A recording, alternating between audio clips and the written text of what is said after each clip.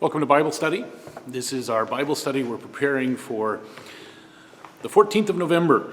We're going to be looking at 1 Samuel chapter 25 and then Psalm number 63. So grab your Bibles if you haven't already and open up to 1 Samuel 25 and let's take a look at what God is saying to us there. In order to start, I think we want to just back up and take a little running start at this chapter. If you go back 2 chapters, you'll notice that's the story of when David rescued the city of Keilah. It was this little village on the southern part of Judah. The Philistines were attacking, and David went down and rescued this city. And even though the citizens of Keilah would have betrayed him into the hands of Saul, who then went out to pursue David, David was able to escape because David asked of the Lord, and the Lord helped him because David had helped this family of priests that Saul had butchered. And so David was really portrayed there as a man who listens to God, a man who does what God, he risks his life, and in fact even risks his life for people who are profoundly ungrateful sometimes. In the next chapter, and then at the end of the chapter, Saul chases after him, and they're running around the mountain, and God rescues David at the very last minute. In the next chapter, the chapter we read last week, Saul comes back after David. But this time, the roles are reversed. David is not the one who is vulnerable and running away from Saul, but rather Saul is caught in a vulnerable position. And David is quite able to kill him, but David does not. And so David says, no, this act of vengeance, violence against Saul, and if you read later, he says that's going to happen. You know, God has a judgment on you for what you have done to me. But he says, God's going to execute that. I am not. I am a private citizen right now. I am just David. I am not the king. The day may come when David is the king, and then he is an instrument of God's justice, and he will execute people, and he will be the one who passes sentence on individuals. But he's not that. He is not the king. And so right now, David says, I have to wait for that system, for God's system, to play out. And so as we were kind of shocked last week in our Sunday morning study a little bit, how David does not take vengeance on his enemies. We thought that was an important message for those people in exile. This week, we're going to see David in the wilderness. But we're going to get a little different picture of David. We're going to get a David who is a little inconsistent. And we're going to get a David who will, by the end of the story, be again, the great favored servant of God. But along the way, David is going to have to admit he was wrong. And so we're going to see a little different picture of David, different picture of the thing that makes David great. And one of the things that makes David a great king and a great human being in the eyes of the Deuteronomic history is that he is able to be convinced of his error, that he is able to be wrong. So let's look at this story. It starts off with the death of Samuel. Samuel, the great prophet who had anointed both Saul and David to be king. He himself had been called by God to be a prophet and a judge of Israel as a little boy. And he was a strong and effective leader of the people of Israel. But he had kind of gone into an emeritus status in his old age and had been around for some time and had been a great, but both David and Saul had relied upon him in many instances. But now, finally, Samuel has died. And it says the whole nation gathers to mourn. And you wonder whether David and Saul didn't set aside their differences and come to that mourning together. I don't know. Interestingly, at the end of verse 1, it only gives us one verse. At the end of verse 1, it says David gets up and he goes to the wilderness. Is he getting up from Ramah? Is that where he was? Was he there mourning the death of the great prophet? We don't know. Interesting idea, though. Now we get this story. David is off in the wilderness, and it's the wilderness of Paran, it's called. It's a part of Judah. It's kind of on the, if you've ever been to Israel, you know that there's a lot of Israel that is just, well, it looks a lot like the Great Basin of Utah. There aren't, it's not exactly what you'd call lush. Now in the northern part, in the land of Galilee, there's fertile fields and it's beautiful cropland. There's all these glorious places to live. In the southern part, in the part where Judah was, it's much more deserty. It's really a place, and it says a land flowing with milk and honey. That is land where cattle will graze, and there's trees out there, and there's wild bees, and you can harvest honey. It's not a land of bread and grain. It's very much more so a land of milk and honey. And so David is out in these wilderness areas, and oftentimes there's these rock escarpments, and he's got these kind of fortress strongholds up there. And there was a man in Maon, a town. His name is Nabal, and he is very wealthy, and he is a son of the family of Caleb. He's a Calebite. He's a descendant of that other spy who went in with Joshua into the Holy Land to spy things out many years ago in the days of Moses. And so David realizes it's the time of the sheep shearing. And chances are we don't know much, you and I don't, that doesn't immediately strike a bell for us. But for David and for his readers, and for the readers of this text, it would have. Sheep shearing is something that happened in the spring. It happened usually after the first harvest. And it was, you were cutting off the thick winter wool of the sheep so that they would be able to tolerate the heat of the summer. But it also was providing for the person who did this a very valuable commodity. Those pelts, the wool of the sheep, was one of the major economic drivers of the ancient world. They were making the beautiful clothing and the things that they were wearing out of wool, primarily wool and flax, actually, for linen. And so this would have been a moment of celebration, of feasting, of plenty. After a long winter, oftentimes a very lean time in an agricultural society, you were eating up your stores, but you weren't harvesting more at this point. Now you were at the beginning of the harvest season. The first crops had come in. Now your sheep had been sheared. There was money. And so, and usually this meant too that a number of the sheep would have been slaughtered for various reasons. And so there was meat aplenty, and there was a feast to be had. And so David, it says, sends 10 young men to go and present themselves to Nabal. And he gives them this little speech to say. I hear that you have shearers, and your shepherds have been with us. We did them no harm. They missed nothing all the time they were in Carmel. Ask your young men, and they will tell you. Therefore, let my young men find favor in your sight. Please give whatever you have at hand to your servants and to your son David. How do we understand this request by David? It's a very interesting question, because on one hand, it kind of sounds a little bit like a shakedown. Remember, David is the leader of a band of, well, somewhat suspect people. Remember, he said there were debtors, they were people who were in trouble, they were oftentimes people on the margins of society. David has got 600 of these guys at this point. And is David a little bit like a mob boss at this point, shaking down a local businessman and saying, hey, I need protection money?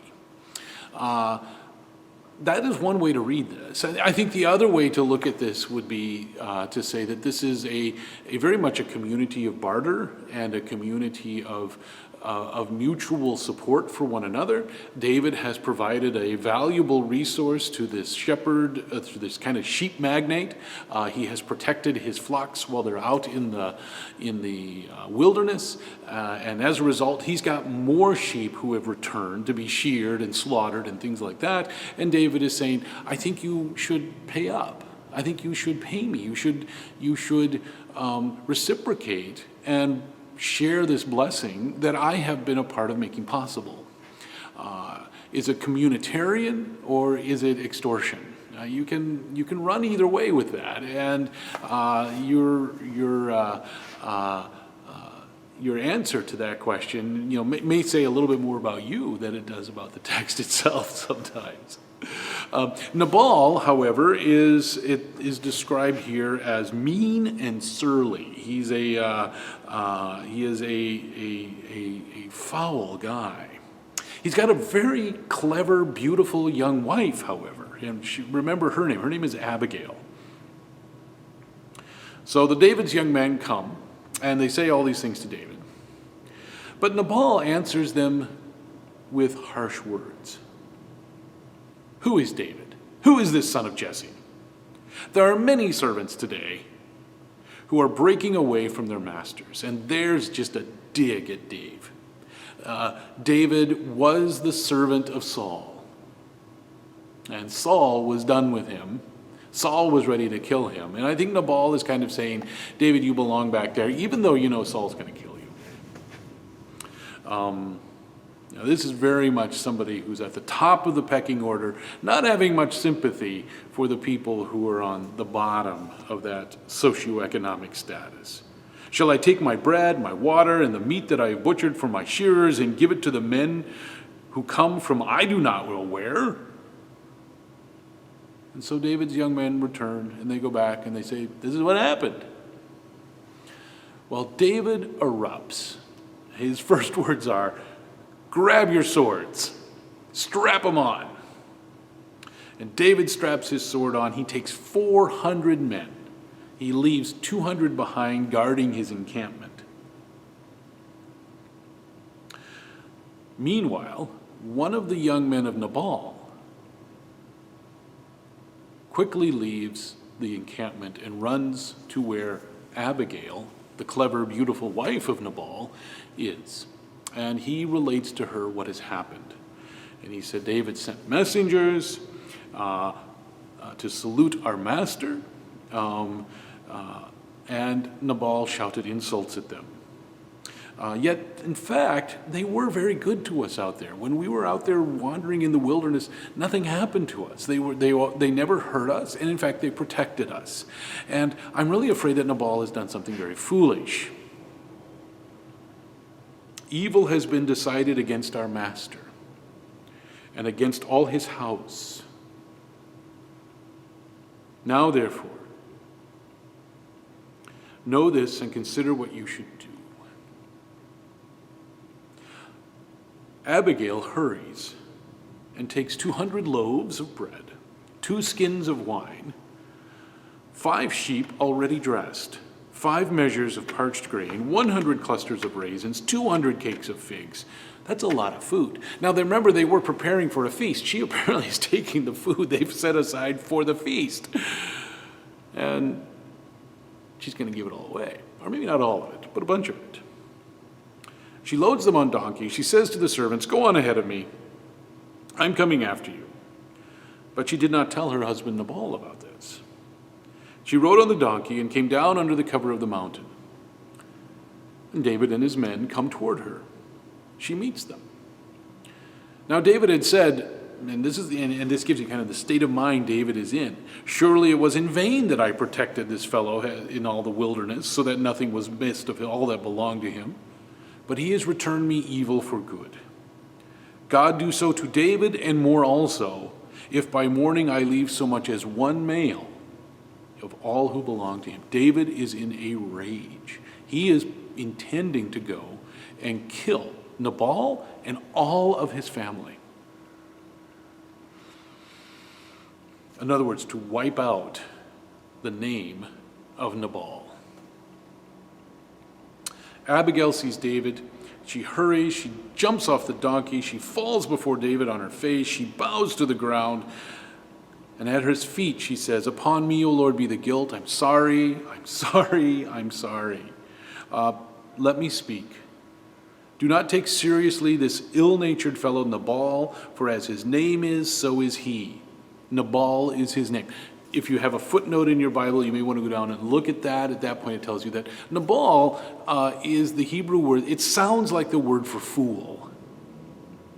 Now, why some mother would name her son Fool, I don't know. Probably it's one of those things where it sounds like, but it's not spelled the same way.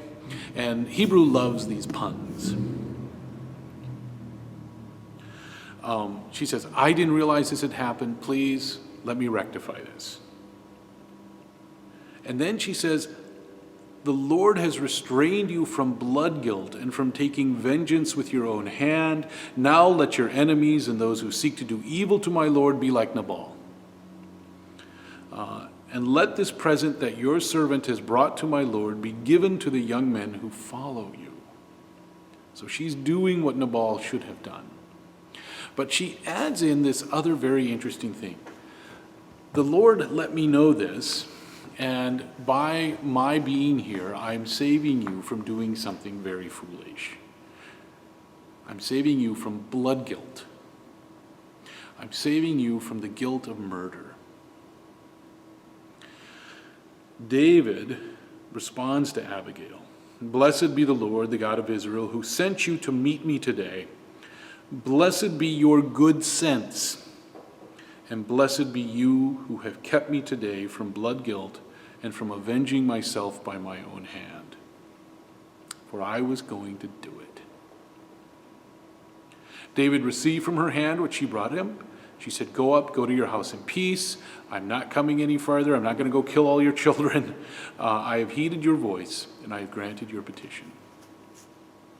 We're going to read the rest of the story because it's very interesting what happens now, and it's important. But I want to just stop here and just do a little reflection on what's gone on here. I think we see David as sometimes being, sort of this heroic character. He wasn't always heroic. He sometimes made very foolish mistakes, and he was just as much a sinner as the rest of us. I think if we turn our attention to those people who were in Babylon in exile, but also to people today. The people in Babylon had witnessed horrible atrocities. They had every reason by human reckoning to be angry and vengeful. What's more, they were regularly subjected to humiliation. Being in exile, they had been sort of marked out as losers. And the Babylonians were probably not shy about telling them, "You're a loser." And the people, when you do that to a people for a long time, it makes them very angry. And particularly the people who it makes angry are the young men. I think you see this in the rage among the Palestinians in Israel today. I think you see this in a lot of places around the world. And oftentimes this erupts in terrible violence. And I think what the Deuteronomist is noticing in his own people is that there is this sort of building rage among his own people. And so he says, David did that too. But notice what David did. David, when confronted about it, said it was a mistake. And that rage, that desire for vengeance, that is not the right way to go. The other piece that I think is very interesting in this is Abigail's role. And that David praises her for her good sense. Quite often in these oppressed communities, you will find that the real reservoir of strength and, common sense about this are found among the women. It would be, remember this is a very patriarchal society. This is a very much a place where women are really told to be subservient and submissive.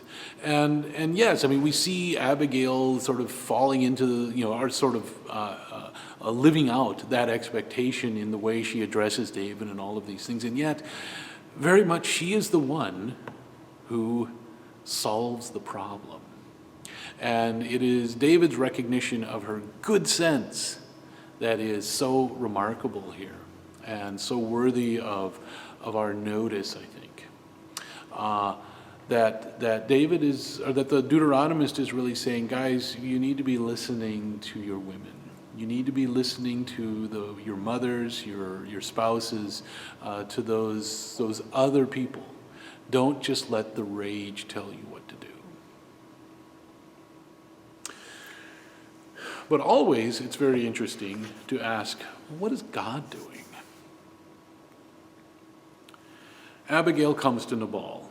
He was holding a feast in his house, like the feast of a king. So now you have Nabal sort of elevating himself, sort of hubristically prideful. Nabal's heart was merry within him, for he was very drunk. So she told him nothing at all until the morning light.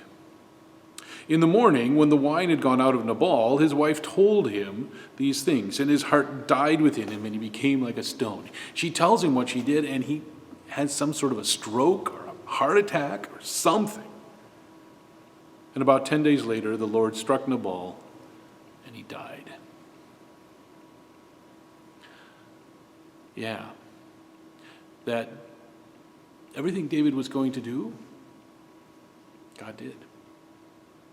And Nabal, for his surly meanness and his hostility and harsh words to David's servants, yeah, he ended up paying his price. I mean, in the Deuteronomic scale of justice, this is quite appropriate. You may differ with it, but this is how the Deuteronomist evaluates this. This was David, if David would have just sat tight, Nabal had a weak blood vessel in his head, and it was about ready to pop. So just give it. You let God happen in God's time. David heard that Nabal was dead. He said, "Blessed be the Lord who has judged the case of Nabal's insult to me and has kept back his servant from evil." In other words, kept me from doing something stupid. The Lord has returned the evil doing of Nabal upon his own head. Then David sent, and he wooed Abigail to make her his wife. She rose, she bowed down with her face to the ground, and said, "Your servant is a slave to wash the feet of the servants of my Lord." Abigail got up hurriedly, rode away on a donkey. Her 5 maids attended her. She went after the messengers of David, and she became his wife. Then it also says David married Ahinoam of Jezreel. Both of them became his wives. Saul had given his daughter Michal, David's wife, to Palti, the son of Laish, who was from Galim. We know that during the period of the exile is really when monogamy becomes the norm among Jewish people, but up until that point, the polygamy was in fact a regular practice, particularly among people of means. And so this also may be an interesting little judgment here, that God had said that David recognizes his mistake here. Does he recognize all of them? Not likely. I look forward to speaking with you about this on Sunday, November 14. We pray that your study of this is fruitful for you. We're going to pick up here and just close with the psalm that is associated with this. It says here that this was David's psalm while he was in the wilderness of Judah. And David spends a lot of time in the wilderness. All of these stories are taking place in the wilderness. But this one, I think, makes more sense if you read it in the context of this little story, and I'll explain why. Psalm 63. A psalm of David when he was in the wilderness of Judah. O God, you are my God. I seek you, my soul thirsts for you. My flesh faints for you, as in a dry and weary land where there is no water. So I have looked upon you in the sanctuary, beholding your power and glory. Because your steadfast love is better than life, my lips praise you. So I will bless you as long as I live. I will lift up my hands and call upon your name. So David here is starting out kind of as the David that we have gotten out of chapter 24. David who is upright and righteous before God. My soul is satisfied as with a rich feast, and my mouth praises you with joyful lips. Well, David was asking for a spot of feast, and when he didn't get it, he pitches a fit. When I think of you on my bed and meditate on you in the night watch, in the watches of the night, for you have been my help, and in the shadow of your wings I sing for joy. My soul clings to you, and your right hand upholds me. But the David we see in this story is not acting this way, is he?